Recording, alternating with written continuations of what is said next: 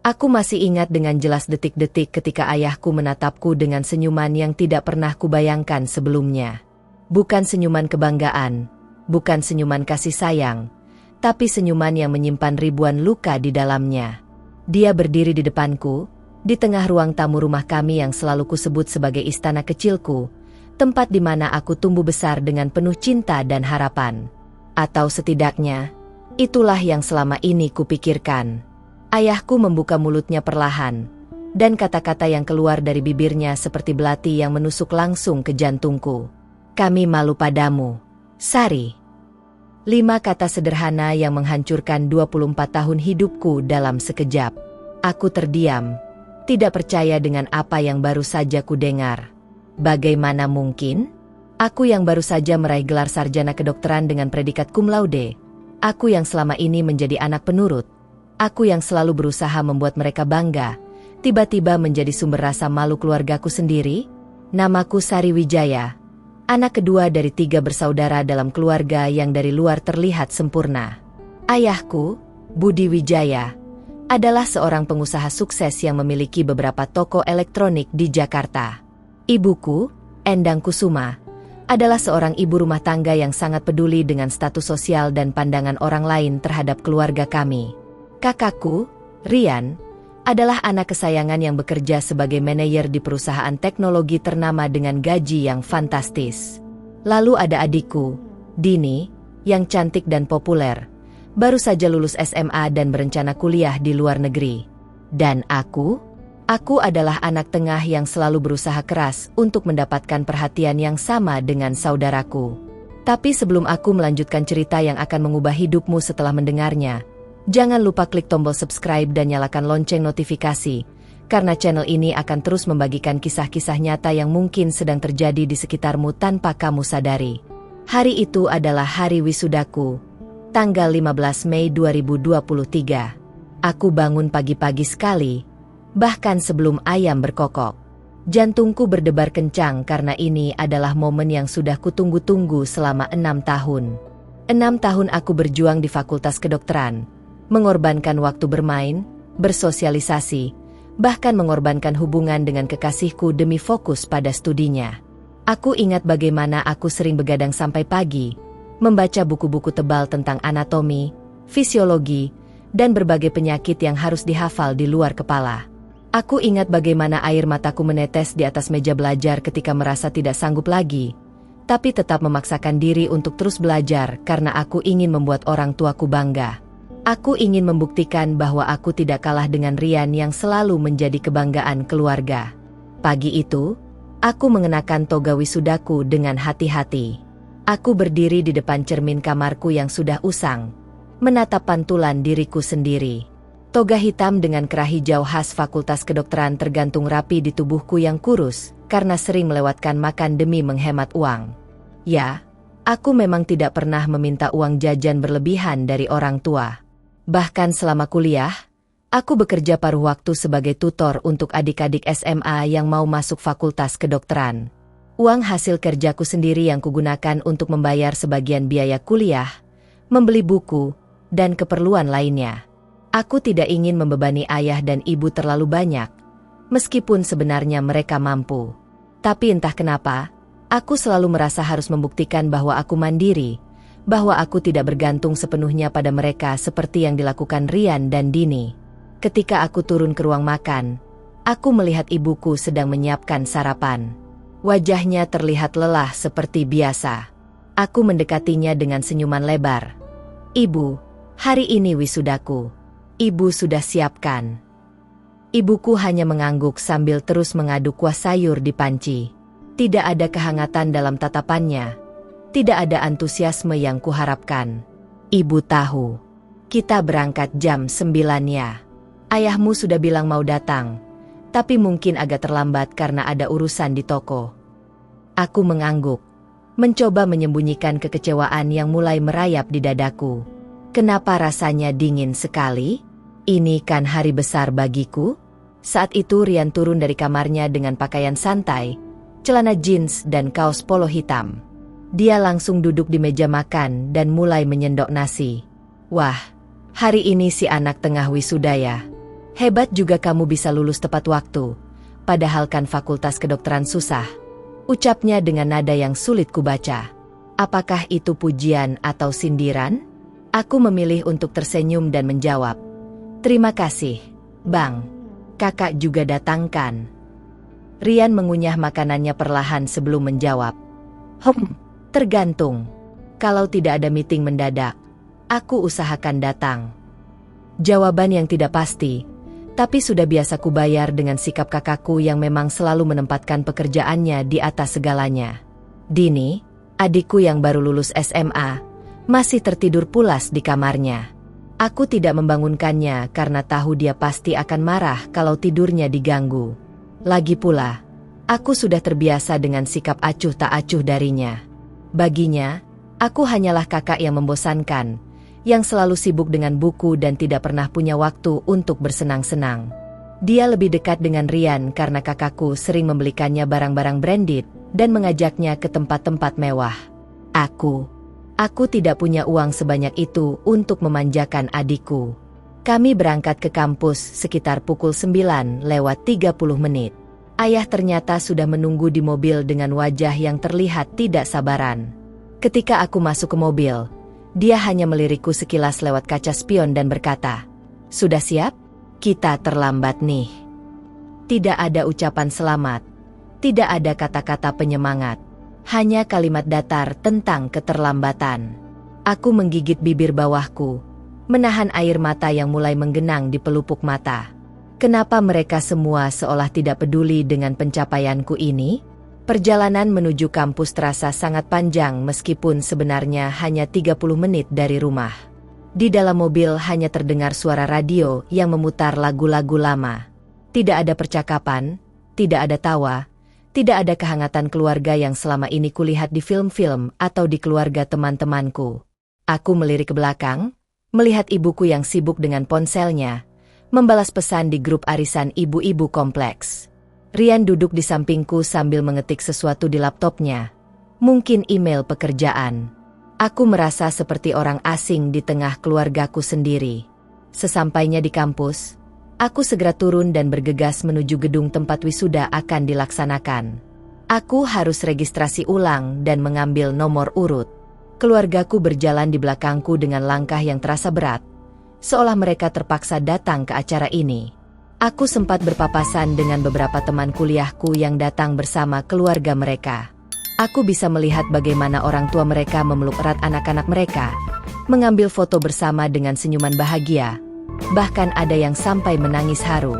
Hatiku semakin perih melihat pemandangan itu. Kenapa keluargaku tidak seperti mereka? Acara wisuda dimulai tepat pukul 10 pagi. Aku duduk di barisan depan bersama teman-teman yang juga akan diwisuda. Dekan kami memberikan sambutan yang panjang lebar tentang prestasi angkatan kami, tentang bagaimana kami adalah generasi penerus bangsa yang akan membawa perubahan di dunia kesehatan Indonesia. Aku mencoba fokus mendengarkan, tapi mataku terus melirik ke arah keluargaku yang duduk di deretan tengah. Ayah sibuk dengan ponselnya, sepertinya sedang mengurusi bisnis tokonya. Ibu berbisik-bisik dengan ibu-ibu lain di sampingnya, mungkin membicarakan gosip terbaru di kompleks.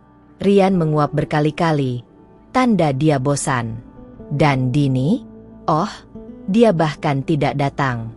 Adikku memilih untuk tetap tidur di rumah daripada menyaksikan wisuda kakaknya sendiri. Ketika namaku dipanggil sebagai lulusan terbaik dengan IPK 3,98, aku berjalan ke atas panggung dengan perasaan campur aduk. Di satu sisi, aku sangat bangga dengan pencapaianku ini. Ini adalah hasil kerja kerasku selama 6 tahun, hasil air mata dan pengorbananku. Tapi di sisi lain, aku merasa hampa karena orang-orang yang paling kuharapkan untuk merayakan kesuksesanku ini justru terlihat tidak peduli. Aku menerima sertifikat dan medali dari dekan dengan senyuman yang kupaksakan. Tepuk tangan terdengar gemuruh dari seluruh auditorium, tapi aku tidak mendengar sorak-sorai dari keluargaku. Aku mencari mereka di kerumunan, dan melihat ayahku hanya bertepuk tangan seadanya, tanpa ekspresi bangga di wajahnya. Setelah acara wisuda selesai, aku bergegas menghampiri keluargaku dengan medali terbaik yang tergantung di leherku. Aku sudah menyiapkan senyuman termanis dan harapan setinggi langit, bahwa akhirnya mereka akan memelukku dan mengatakan betapa bangganya mereka. Tapi yang terjadi justru sebaliknya. Ayahku berdiri dengan tangan terlipat di depan dada. Wajahnya datar tanpa ekspresi. Ibuku berdiri di sampingnya dengan tas tangan tergenggam erat, seolah siap untuk segera pergi. Rian sudah merapikan laptopnya ke dalam tas, pertanda dia ingin segera meninggalkan tempat ini. Ayah, ibu, aku lulusan terbaik. Ini medalinya. Seruku dengan suara yang mulai bergetar. Aku mengangkat medali yang tergantung di leherku, berharap mereka akan terkesan. Ayahku melirik medali itu sekilas, lalu menatap wajahku dengan tatapan yang sangat dingin. Iya, kami lihat. Bagus. Ucapnya singkat. Bagus. Hanya bagus. Aku menunggu lebih dari itu, tapi tidak ada kalimat lanjutan. Ibuku menambahkan, ya sudah, kita pulang sekarang ya. Ibu masih harus masak untuk makan siang. Lagi pula, kakakmu juga harus ke kantor. Aku terdiam. Rasanya seperti ada batu besar yang menekan dadaku, membuat napas terasa sesak. Aku baru saja meraih prestasi tertinggi di Fakultas Kedokteran, sesuatu yang tidak mudah, sesuatu yang membutuhkan pengorbanan luar biasa, tapi keluargaku memperlakukannya seolah ini adalah hal yang biasa saja. Bahkan tidak ada ajakan untuk makan bersama merayakan kesuksesanku. Tidak ada foto keluarga di depan gedung kampus seperti yang dilakukan keluarga-keluarga lain. Kami langsung berjalan menuju parkiran dengan suasana yang sangat canggung. Di dalam mobil, keheningan kembali menyelimuti kami. Aku duduk di kursi belakang sambil menatap keluar jendela. Air mata sudah tidak bisa kutahan lagi. Tetesan pertama jatuh di pipiku, diikuti oleh tetesan-tetesan berikutnya yang semakin deras. Aku menangis dalam diam, berusaha tidak mengeluarkan suara isakan agar tidak membuat suasana semakin buruk. Tapi rupanya ayahku melihatku menangis melalui kaca spion. Kenapa kamu nangis? Kamu kan sudah lulus, harusnya senang, ucap ayahku dengan nada yang terdengar kesal. Kesal? Dia kesal karena aku menangis di hari yang seharusnya menjadi hari paling membahagiakan dalam hidupku? Ayah tidak bangga dengan aku? Tanyaku dengan suara yang hampir berbisik, takut mendengar jawabannya. Ayahku terdiam beberapa saat sebelum akhirnya menjawab dengan kalimat yang menghancurkan hatiku berkeping-keping. Bangga? Untuk apa kami bangga? Sari, kamu memang lulus dengan nilai bagus. Tapi apa gunanya? Kamu sudah menghabiskan berapa banyak uang kami untuk kuliah kedokteran yang mahal itu? Dan sekarang apa? Kamu mau jadi dokter dengan gaji yang tidak seberapa? Coba lihat kakakmu, dia bekerja di perusahaan besar. Gajinya puluhan juta sebulan, bisa membantu ekonomi keluarga. Kamu hanya mementingkan ego dan ambisimu sendiri untuk menjadi dokter. Aku tidak percaya dengan apa yang baru saja kudengar. Jadi selama ini mereka menganggap cita-citaku untuk menjadi dokter hanyalah ego dan ambisi semata? Jadi selama ini mereka tidak pernah benar-benar mendukung pilihanku? Jika kamu merasa cerita ini mulai menyentuh hatimu, jangan lupa untuk like video ini dan bagikan ke teman-temanmu yang mungkin sedang mengalami hal serupa, karena kalian tidak sendiri dalam perjuangan ini. Dan jangan lupa subscribe channel ini untuk mendapatkan cerita-cerita inspiratif lainnya. Ibuku akhirnya angkat bicara dengan nada yang lebih lembut tapi tetap menyakitkan. Sari, bukan begitu maksud ayahmu. Kami cuma khawatir dengan masa depanmu. Kamu tahu kan, jadi dokter itu tidak mudah. Kamu harus internship dulu. Gajinya kecil, jam kerjanya panjang. Kapan kamu bisa menikah? Kapan kamu bisa memberikan cucu untuk kami? Kamu sudah 24 tahun. Sari. Teman-teman seangkatanmu yang kuliah di jurusan lain sudah banyak yang menikah dan punya anak. Kamu masih harus berjuang di rumah sakit dengan gaji yang tidak seberapa. Jadi masalahnya adalah uang dan status pernikahan? Aku mengepalkan tanganku erat-erat. Kuku-kukuku menancap di telapak tanganku sendiri sampai terasa sakit. Tapi rasa sakit fisik itu tidak ada apa-apanya dibandingkan dengan rasa sakit di hatiku. Aku merasa seperti semua usaha kerasku selama ini sia-sia di mata mereka. Aku merasa seperti aku bukan bagian dari keluarga ini, Hanya beban yang harus mereka tanggung. Rian yang dari tadi diam akhirnya ikut berbicara. Sari, mungkin kamu harus realistis. Dunia sudah berubah. Yang penting sekarang adalah uang dan koneksi. Aku sudah bilang dari dulu, kenapa kamu tidak kuliah bisnis atau ekonomi saja seperti aku? Sekarang lihat, aku sudah punya jabatan bagus, gaji besar, dan banyak relasi. Kamu masih harus mulai dari nol lagi. Kata-kata kakakku terasa seperti tamparan keras di wajahku. Jadi selama ini dia menganggap pilihanku salah? Jadi selama ini dia meremehkan profesi dokter yang mulia ini? Kami tiba di rumah sekitar pukul 12 siang. Aku langsung masuk ke kamarku dan mengunci pintu dari dalam. Aku melepas toga wisudaku dan melemparnya begitu saja ke lantai. Medali yang tadi kubanggakan kini terasa seperti benda yang tidak berarti. Aku merebahkan diri di kasur dan menangis sejadi-jadinya. Aku menangis untuk semua pengorbanan yang ternyata tidak dihargai. Aku menangis untuk semua kerja keras yang dianggap sia-sia. Aku menangis untuk semua harapan yang hancur berkeping-keping. Malam harinya, aku keluar dari kamar karena merasa lapar. Aku tidak makan siang karena tidak nafsu makan. Di ruang makan, aku melihat keluargaku sedang makan malam bersama. Mereka tertawa-tawa membicarakan sesuatu yang tidak ku mengerti. Ketika aku mendekat, tawa mereka berhenti seketika. Ayahku melirikku sekilas lalu melanjutkan makannya. Ibuku berkata, "Sari, kamu mau makan? Ambil sendiri ya. Ibu sudah capek hari ini." Aku mengambil piring dan menyendok nasi serta lauk seadanya. Aku duduk di ujung meja, menjaga jarak dari mereka. Suasana makan malam itu sangat canggung. Tidak ada yang bertanya tentang wisudaku. Tidak ada yang menanyakan perasaanku. Mereka semua sibuk dengan dunia mereka sendiri. Rian bercerita tentang proyek barunya di kantor yang akan membuatnya mendapat bonus besar. Dini, yang baru bangun sore tadi, bercerita tentang rencana liburannya ke Bali bersama teman-temannya. Dan aku hanya duduk di sana, seperti hantu yang tidak terlihat. Setelah makan malam, ayahku memanggilku ke ruang kerjanya. Hatiku berdebar kencang, antara harap dan cemas. Mungkin dia ingin meminta maaf? Mungkin dia ingin menjelaskan kenapa sikapnya sangat dingin hari ini?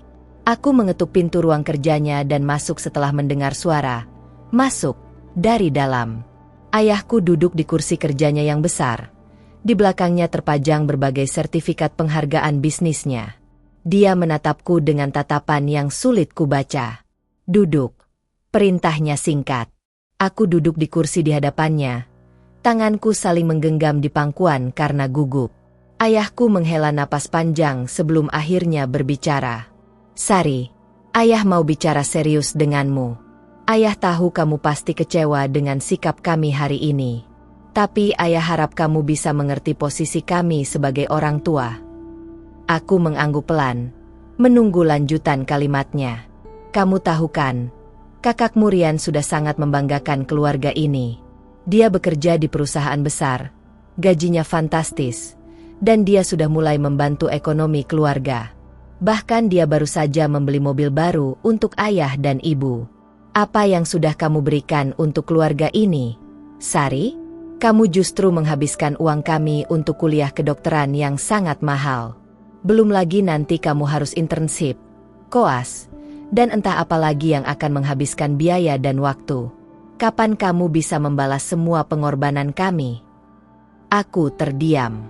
Jadi selama ini mereka menghitung-hitung berapa banyak uang yang sudah mereka keluarkan untuk pendidikanku? Jadi selama ini mereka mengharapkan aku untuk membalas dengan materi? Ayah, aku tidak tahu harus bilang apa. Aku pikir ayah dan ibu mendukung cita-citaku untuk menjadi dokter.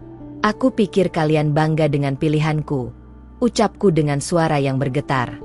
Ayahku tersenyum, tapi itu bukan senyuman yang hangat. Itu adalah senyuman yang menyimpan kekecewaan dan penyesalan. "Sari, kami dulu memang mendukungmu karena kami pikir kamu akan segera sadar bahwa pilihan itu salah. Kami pikir kamu akan berhenti di tengah jalan dan memilih jurusan yang lebih realistis. Tapi kamu keras kepala. Kamu terus bertahan sampai lulus. Dan sekarang? Sekarang kami harus menghadapi kenyataan bahwa anak kedua kami memilih jalan yang tidak menguntungkan secara finansial. Dia berhenti sejenak, menatapku tajam. Kamu tahu apa yang orang-orang katakan tentang kamu? Mereka bilang kamu bodoh karena memilih menjadi dokter di zaman sekarang. Mereka bilang kamu tidak realistis, terlalu idealis. Dan itu membuat kami, orang tuamu, malu. Kata, malu, itu seperti belati yang menusuk tepat di jantungku. Jadi itu masalahnya? Mereka malu memiliki anak yang menjadi dokter? Mereka lebih bangga memiliki anak yang bekerja di perusahaan dengan gaji besar daripada anak yang bercita-cita menyelamatkan nyawa orang lain? Aku tidak bisa menahan air mataku lagi. Jadi selama ini ayah dan ibu malu dengan aku? Tanyaku dengan suara yang hampir tidak terdengar. Ayahku mengangguk perlahan. Iya, Sari, kami malu padamu. Bukan karena kami tidak mencintaimu, tapi karena pilihanmu membuat posisi kami di lingkungan sosial menjadi tidak nyaman. Kamu tahu kan, teman-teman ayah di komunitas pengusaha selalu membandingkan anak-anak mereka. Mereka semua bangga karena anak-anak mereka bekerja di perusahaan multinasional. Ada yang jadi banker, ada yang jadi pengacara dengan penghasilan besar. Lalu apa yang bisa ayah ceritakan tentangmu? Bahwa kamu jadi dokter yang gajinya pas-pasan? Itu membuat ayah terlihat seperti orang tua yang gagal mendidik anaknya untuk sukses secara finansial. Aku berdiri dari kursi, tubuhku gemetar karena campuran emosi yang luar biasa. Marah, sedih, kecewa, sakit hati, semua bercampur jadi satu. Jadi bagi ayah, kesuksesan itu hanya diukur dari uang? Jadi pengorbananku selama 6 tahun ini tidak ada artinya sama sekali di mata ayah dan ibu? Jadi profesi mulia yang kupilih ini hanya dianggap sebagai pilihan bodoh? Suaraku meninggi. Aku sudah tidak bisa menahan emosiku lagi. Ayahku tetap tenang. Bahkan wajahnya terlihat semakin dingin. Sari, kamu masih muda. Kamu tidak mengerti bagaimana kerasnya dunia ini. Uang itu penting. Sangat penting. Tanpa uang, kamu tidak akan bisa hidup layak. Dan ya, profesi dokter itu mulia, tapi di zaman sekarang, kemuliaan tidak bisa membayar tagihan listrik, tidak bisa membeli rumah, tidak bisa memberikan kehidupan yang nyaman. Ayah hanya ingin kamu realistis. Ibuku yang mendengar suara kami yang mulai keras akhirnya datang ke ruang kerja ayah.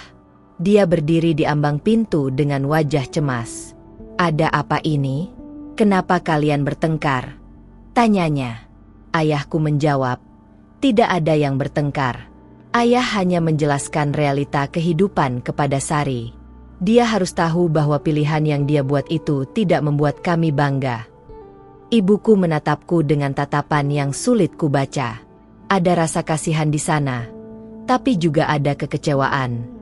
Sari, ibu harap kamu mengerti. Kami orang tuamu. Kami hanya ingin yang terbaik untukmu. Dan yang terbaik itu adalah kehidupan yang stabil secara finansial. Kakakmu sudah memberikan contoh yang baik. Kenapa kamu tidak mengikuti jejaknya? Ucap ibuku dengan lembut. Tapi kata-katanya tetap menyakitkan.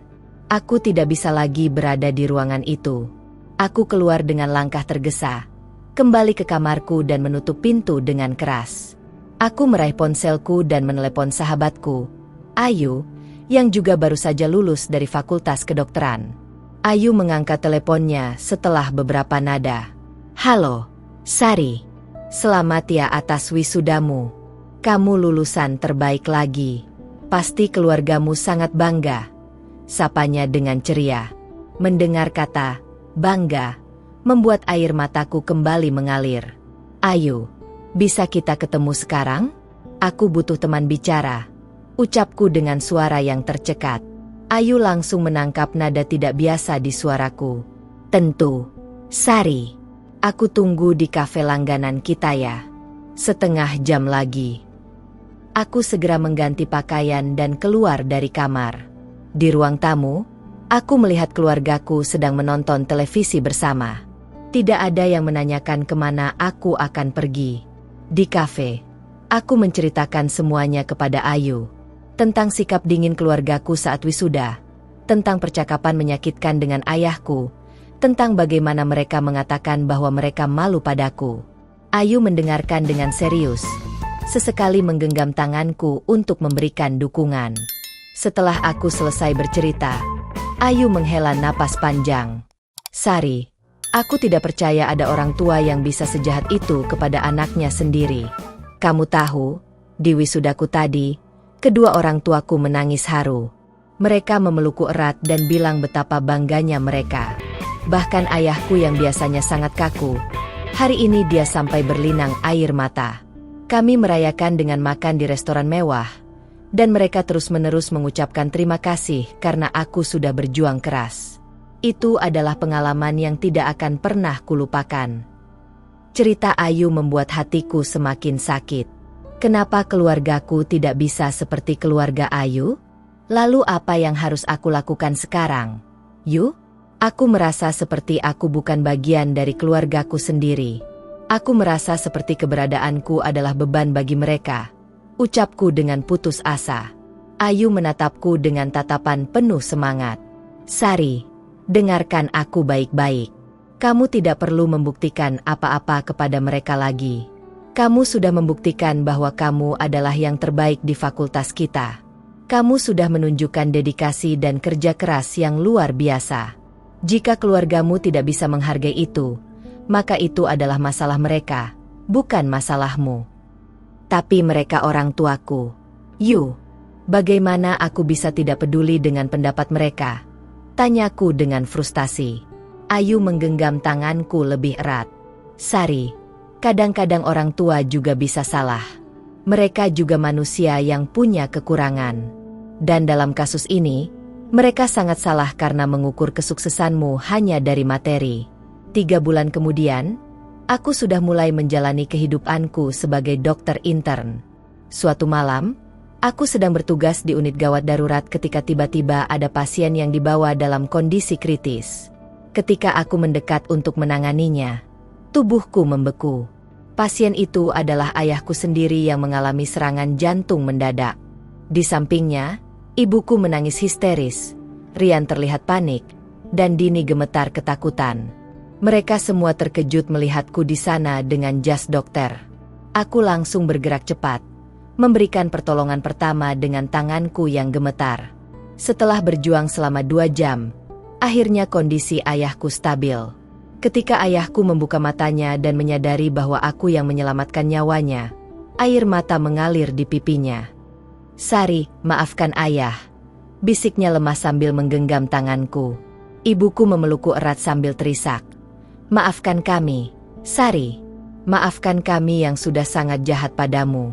Ternyata profesimu ini sangat mulia. Kamu menyelamatkan nyawa ayahmu sendiri. Kami sangat bodoh karena tidak menghargaimu. Rian yang biasanya sombong kini menunduk malu. Maaf, Dik. Aku salah. Aku terlalu arogan. Ternyata uang tidak ada artinya ketika nyawa seseorang dalam bahaya. Hanya kamu yang bisa menyelamatkan ayah. Dini bahkan berlutut di hadapanku. Kakak, maafkan Dini yang selama ini acuh padamu. Kak Sari adalah pahlawan keluarga ini. Ayahku yang berbaring lemah menatapku dengan pandangan yang sangat berbeda dari 3 bulan yang lalu. Bukan lagi tatapan kecewa atau malu, tapi tatapan penuh rasa hormat dan penyesalan yang mendalam.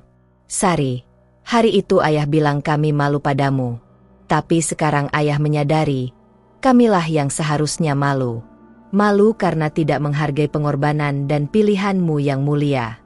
Malu karena mengukur kesuksesan hanya dari uang.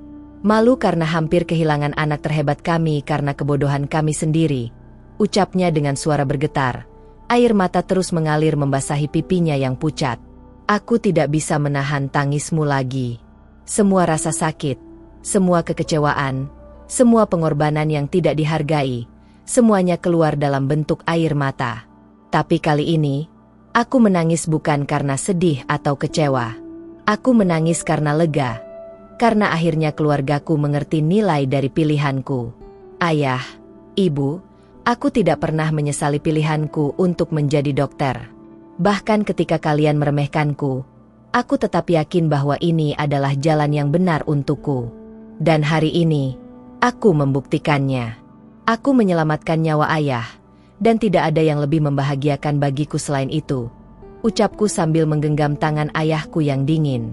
Setelah mendengar cerita ini, aku harap kalian menyadari bahwa kesuksesan sejati tidak diukur dari seberapa besar gaji atau seberapa tinggi jabatan, tapi dari seberapa besar dampak positif yang kita berikan kepada orang lain. Jangan pernah menyerah dengan mimpimu hanya karena orang lain, bahkan keluargamu sendiri, tidak mendukung. Suatu hari nanti, mereka akan mengerti dan bangga dengan pilihanmu. Jika cerita ini menyentuh hatimu, bagikan kepada orang-orang terdekatmu, tekan tombol like, dan jangan lupa subscribe channel ini untuk mendapatkan cerita-cerita inspiratif lainnya yang mungkin bisa mengubah hidupmu. Ingat, kamu tidak sendiri dalam perjuangan ini. Kami semua berjuang bersama. Sampai jumpa di cerita berikutnya.